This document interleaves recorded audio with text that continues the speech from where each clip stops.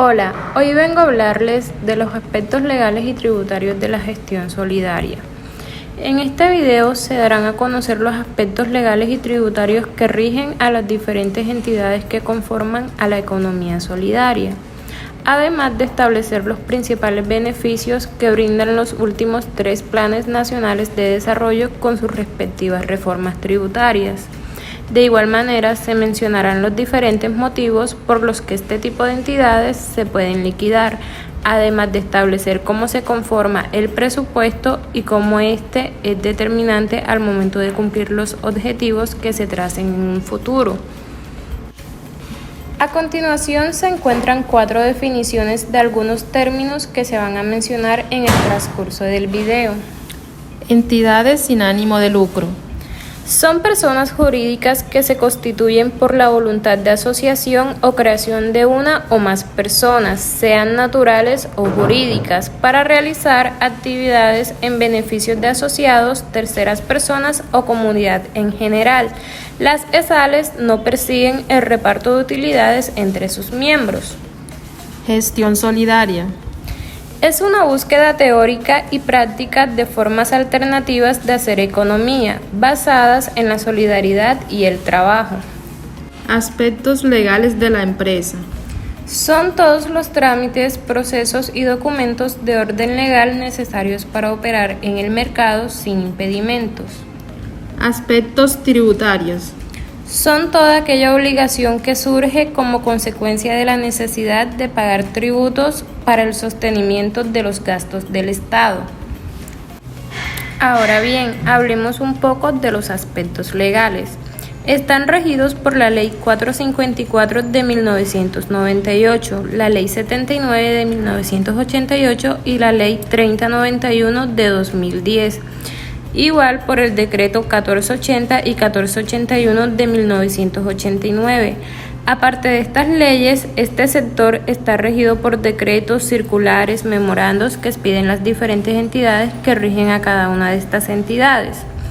Como sabemos, la Constitución política es la base sobre la cual se asientan las demás leyes, por lo cual todo el contenido de estas debe ser coherente. Entonces, en la Constitución encontramos 3 artículos que guardan relación con el sector de la economía solidaria. Entre estos se encuentran el artículo 38, que dice que se garantiza el derecho de libre asociación para el derecho de las distintas actividades que las personas realizan en sociedad.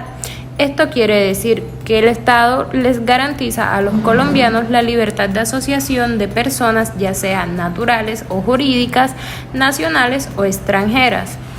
También encontramos el artículo 58, que dicta que el Estado protegerá y promoverá las formas asociativas y solidarias de propiedad. Y por último, el artículo 333, donde dice que la empresa como base del desarrollo tiene una función social que implica obligaciones, pues el Estado ayudará a fortalecer las organizaciones solidarias y estimulará el desarrollo empresarial, en donde el Estado hará cumplir las leyes, decretos que rigen a este sector. Entendido lo anterior, ahora entramos a hablar de la Ley 454 de 1998. Ya que en esta se introduce el concepto de economía solidaria en Colombia. Según esta ley, la economía solidaria no es más que un sistema socioeconómico, cultural, ambiental, conformado por un conjunto de fuerzas sociales organizadas de forma asociativa, identificadas por prácticas autogestionarias, solidarias, democráticas y humanísticas, sin ánimo de lucro, para el desarrollo integral del ser humano.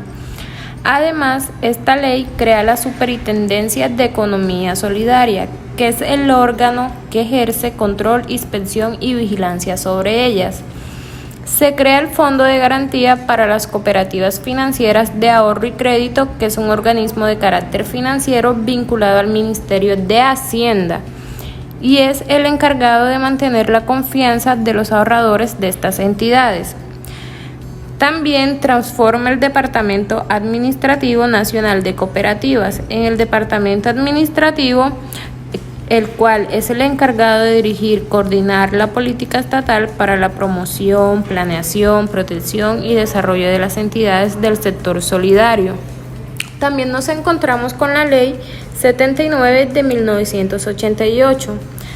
Esta establece el contexto legal en que las cooperativas se desarrollan como parte de la economía. Dentro de esta ley se encuentran las características y la forma en que se realiza la constitución, las clases de cooperativa que existen, entre otros puntos.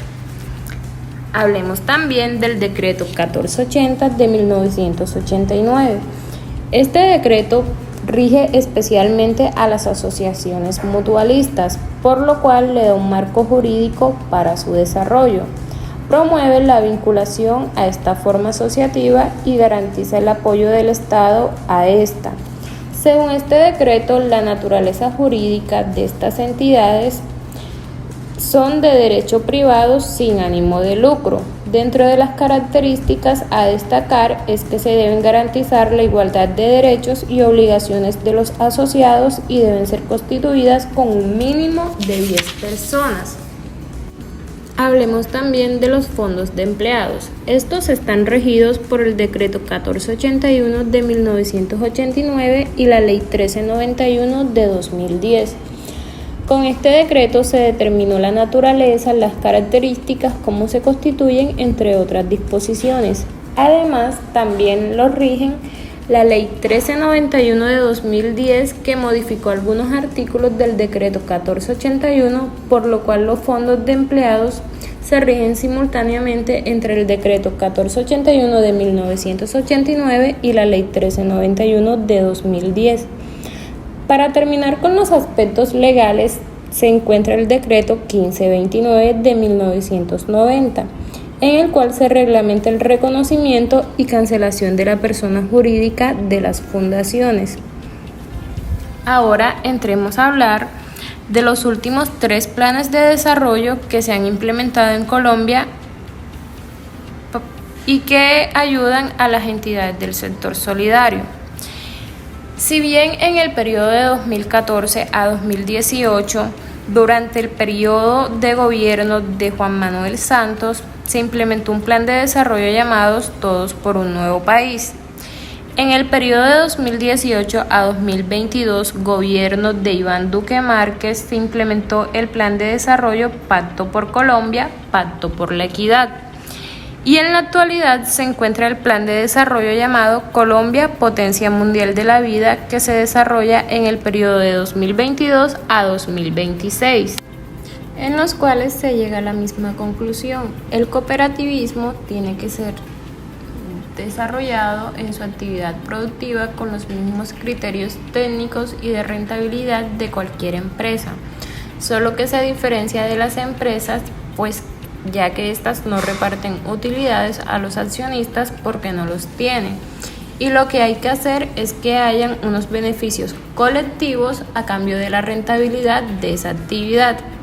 Entonces, en estos 3 últimos planes de desarrollo, el gobierno tomó la importancia de tenerlos en cuenta para que no se siga pensando, e inclusive a veces hasta el mismo sector, que lo que se hace en el cooperativismo todo tiene que hacerse a pérdida o con un margen irrisorio o con gastos de administración muy elevados sobre los cuales no hay ningún control.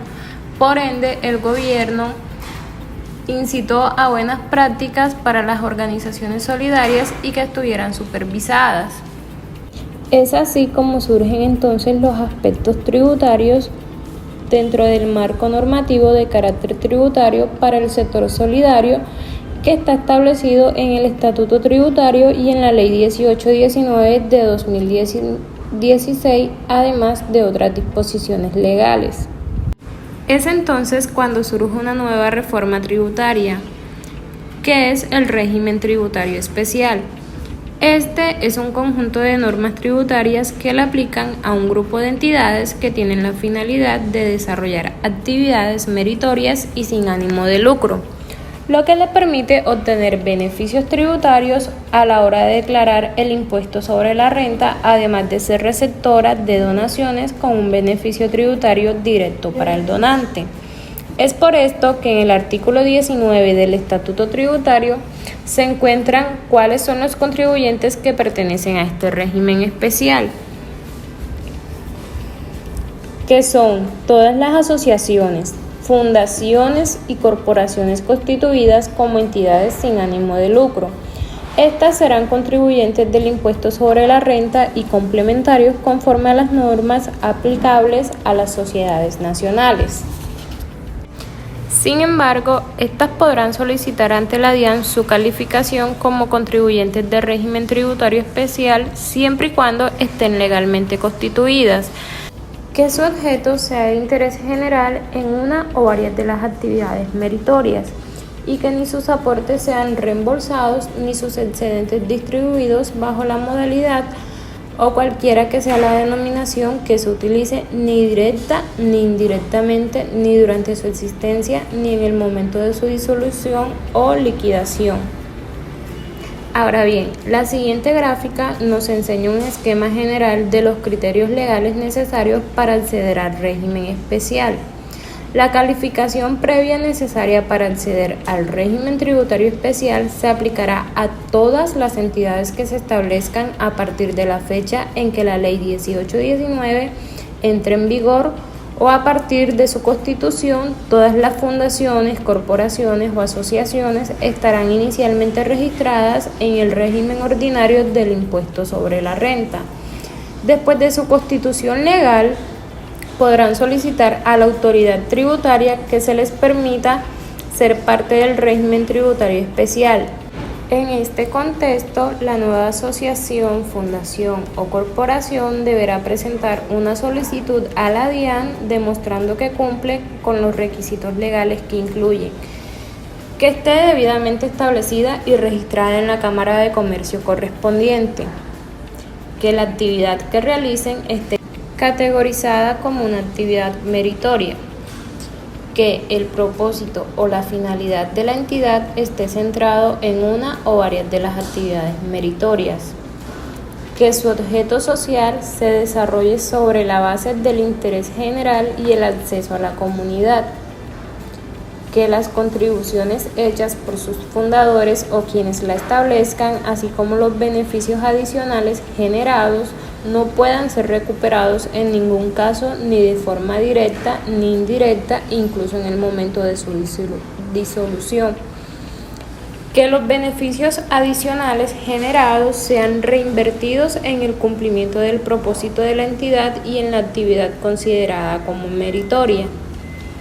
Que proporcionen los detalles requeridos a través de la plataforma en línea diseñada por la DIAN para este propósito, conocida como régimen de transparencia.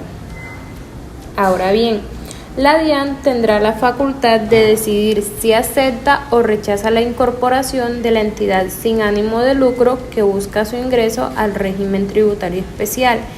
Esta decisión será tomada a través de un acto administrativo que contendrá una justificación adecuada y que podrá ser una de las siguientes. Admitir el ingreso. En este caso, la entidad pasará a formar parte del régimen tributario especial. Inadmitir el ingreso. La entidad tendrá la opción de presentar un recurso de reposición en contra de este acto administrativo. Escenario de rechazo. La entidad sin ánimo de lucro continuará perteneciendo al régimen tributario ordinario mientras se resuelva la disputa a nivel administrativo. Una vez que se haya respondido el acto del recurso de reposición, se considerará que se ha agotado el procedimiento administrativo y la entidad sin ánimo de lucro quedará sujeta al régimen tributario que se derive de dicho proceso. Ahora bien, el cambio de un sistema en el que las entidades se autodeterminan y autocalifican a uno que exige una calificación previa implicada la necesidad de establecer un régimen de transición. Este régimen debería comenzar reconociendo la existencia de entidades que ya formaban parte del régimen tributario especial en el momento de la entrada en vigor de la Ley 1819 de 2016. Es decir, Las ESAL que se encuentren dentro del régimen tributario especial a 31 de diciembre de 2016 continuarán en dicho régimen a partir de esa fecha o se consagrarán en un mecanismo de transición automático e inmediato. Para que una actividad sin ánimo de lucro califique dentro del régimen tributario especial, su objeto social debe corresponder con algunas de las actividades meritorias señaladas en el artículo 359 del Estatuto Tributario. Estas deberán ser de interés general y de acceso para la comunidad y son las siguientes: educación, salud, cultura, ciencia, tecnología e innovación, actividades de desarrollo social, actividades de protección del medio ambiente, actividades preventivas y terapéuticas, actividades deportivas, derechos humanos, administración de justicia, promoción y apoyo a las entidades sin ánimos de lucro y actividad de microcrédito. Para simplificar los artículos del Estatuto Tributario que rigen a las entidades del sector solidario, se puede ver en la siguiente tabla que para las cooperativas en sus diversas modalidades precooperativas regidas por la Ley 79 de 1988, les aplicará el artículo 142 del Estatuto Tributario. Para las asociaciones mutuales reguladas por el Decreto 1480 de 1989 estarán igualmente regidas por el artículo 142 y para los fondos de empleados regulados por el Decreto 1481 de 1989 y la Ley 1391 de 2010 estarán bajo el artículo 145. Entonces hablemos del artículo 357 del Estatuto Tributario. Este prescribe el procedimiento de depuración del beneficio neto o excedente para el régimen especial. Es importante destacar que este artículo no sufrió ninguna modificación como resultado de la Ley 1819 de 2016. Por lo tanto, la determinación del beneficio neto o excedente fiscal seguirá llevándose a cabo según el mismo procedimiento tradicional, el cual establece lo siguiente. Se toma la totalidad de los ingresos de cualquier naturaleza, por ejemplo, ingresos de operación recibidos por donaciones, ingresos por ventas de activos, rendimientos financieros, ingresos por rentas pasivas, entre otros. Los egresos de diversa índole se descuentan siempre y cuando estén vinculados de manera casual con los ingresos o con el logro de los objetivos establecidos por la organización, tales como actividades meritorias, como los gastos operativos, los costos asociados a las actividades meritorias, entre otros. Se deducen las inversiones efectuadas en relación con los objetos de la entidad, tales como actividades meritorias, como por ejemplo la adquisición de activos fijos. También la posibilidad de reducir los pagos de salarios está sujeta a que estos hayan sido sometidos a la retención en la fuente laboral y que se hayan realizado los respectivos pagos de seguridad social y aportes para fiscales. Los pagos efectuados a individuos que ocupan cargos de dirección o gerencia en entidades sin ánimo de lucro de régimen especial en forma de remuneración, ya sea en efectivo o en especie, son deducibles siempre y cuando no sobrepasen el 30% del gasto total anual de las ESAL. Esta norma se aplica a la ESAL con ingresos brutos anuales que superan los 3.500 VTs. Para que los costos y gastos sean considerados deducibles es necesario que las facturas y documentos similares emitidos por los proveedores cumplan con los criterios detallados en los artículos 616, 617 y 618 del Estatuto Tributario. También los pagos al exterior son deducibles si sobre ellos se efectúa la correspondiente retención en la fuente, si a ello hay lugar. Las ESAL del régimen especial deben identificar los costos por cada proyecto separados de sus gastos de administración y de las actividades de ventas de bienes y servicios. No es posible deducir las erogaciones realizadas en relación con la reinversión de excedentes de años anteriores. También los pagos, causaciones o devengos a personas naturales que no estén inscritas previamente en el régimen común del IVA. No son deducibles en el caso de contratos cuyo valor sea igual o superior a 3.300 VT en el año gravable. Los pagos efectuados a personas que ocupan posiciones de dirección o gerencia en entidades sin ánimo de lucro de régimen especial en forma de remuneración, ya sea en efectivo o en especie, no son deducibles si superan el 30% del gasto total anual de las ESAL.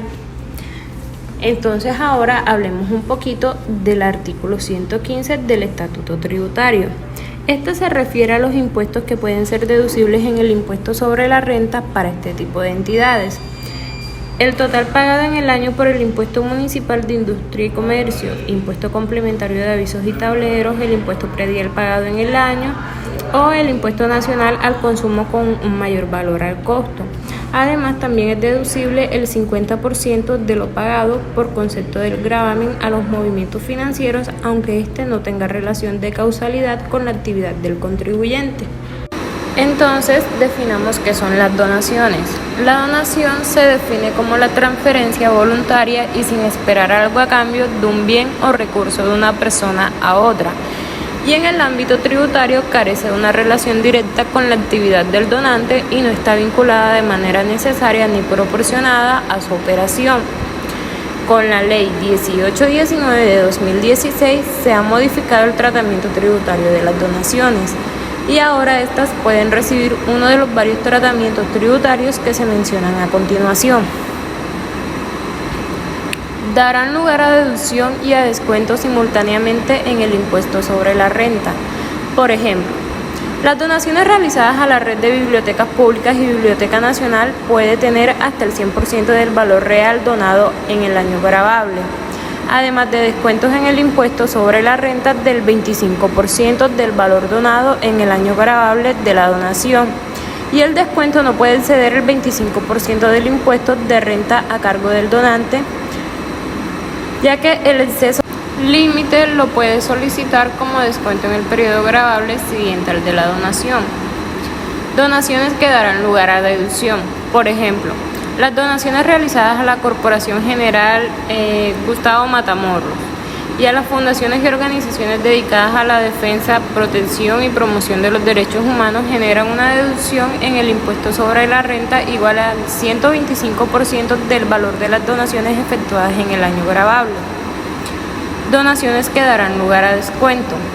La nueva regla general en relación a las donaciones establece que aquellas realizadas a entidades sin ánimo de lucro que hayan sido calificadas en el régimen tributario especial y a las entidades que pertenecen al régimen de no contribuyentes no son deducibles en el impuesto sobre la renta.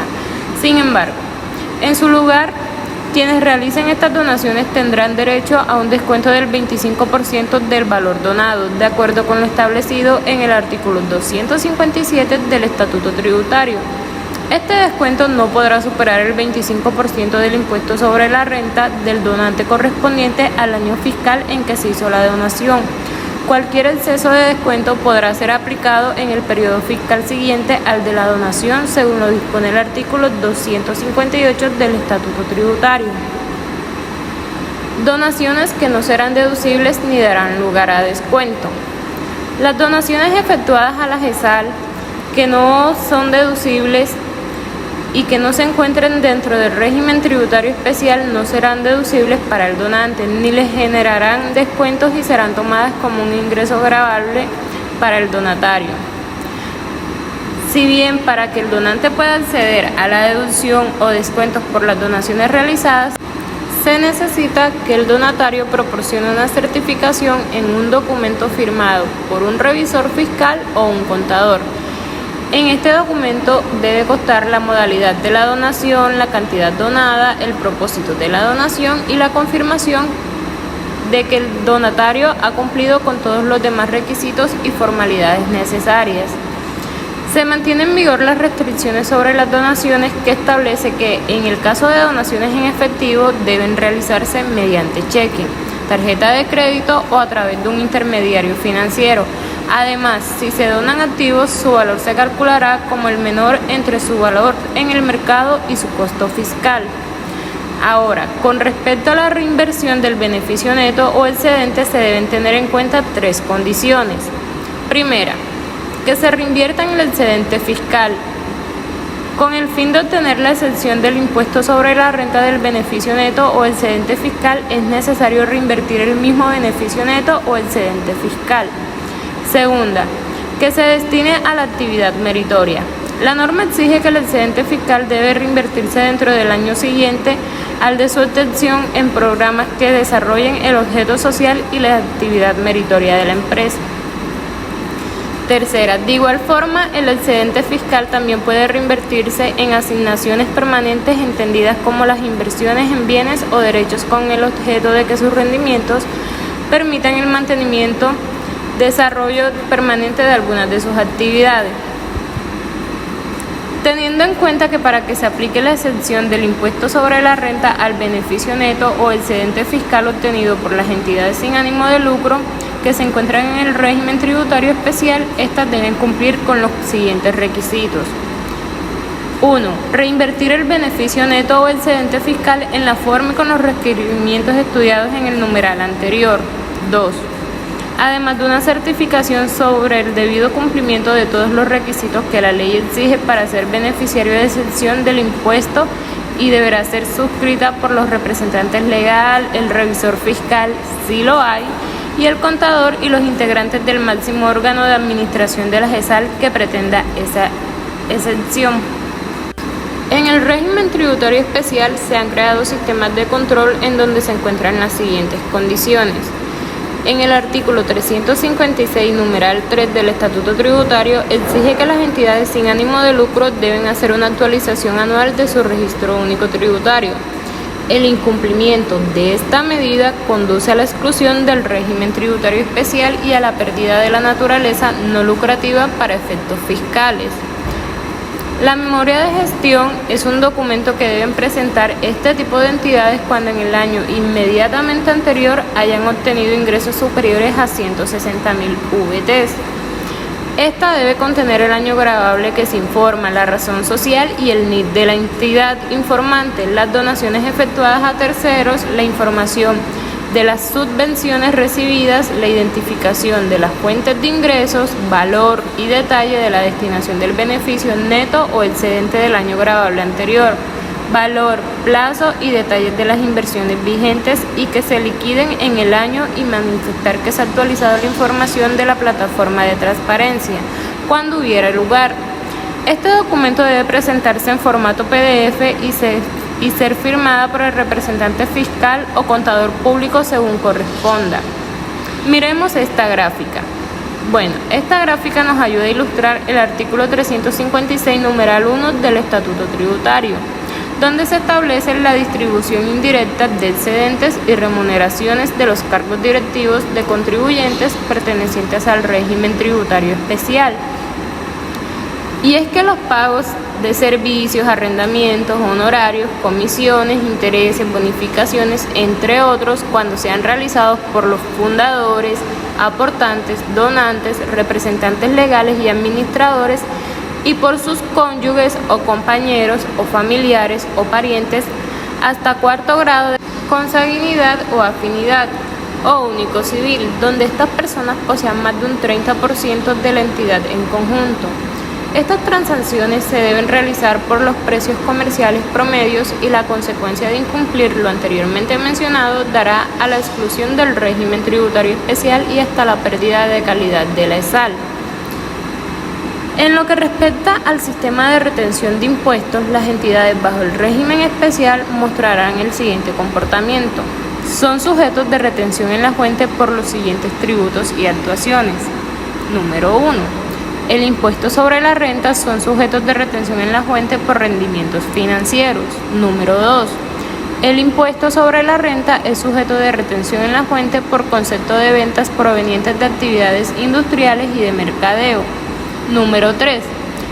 El impuesto de industria y comercio en Bogotá son sujetos de retención de ICA cuando pertenezcan al régimen común del ICA en Bogotá y suministren bienes o servicios a grandes contribuyentes o responsables del régimen común de ICA en Bogotá.